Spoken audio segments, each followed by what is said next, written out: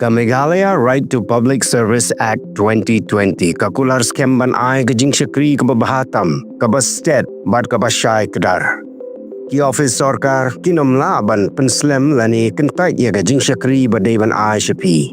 Ka Meghalaya State Public Services Delivery Commission lani ka MSPSDC kan penyai bat kan pentulun ru ya ka jingpen trekam ya ka ni ka ain. Ka commission kalatau ru ya ka web portal ban pensuk ya pi. Hangi pila ban apply. Ki Jingshakri ayu pi kwa bat pila ban bodin ru ya ka application jong pi. Lada ka application jong pi ka syakan tai. On pentip syapi balai bat ki ai ki jingduna kum ki kot kisla. Ni giwei ki jingtip ki bapidon kam ban penbiang. Lada ka Jingshakri kampoi syapi kat kum kapor balak kedau haka ain.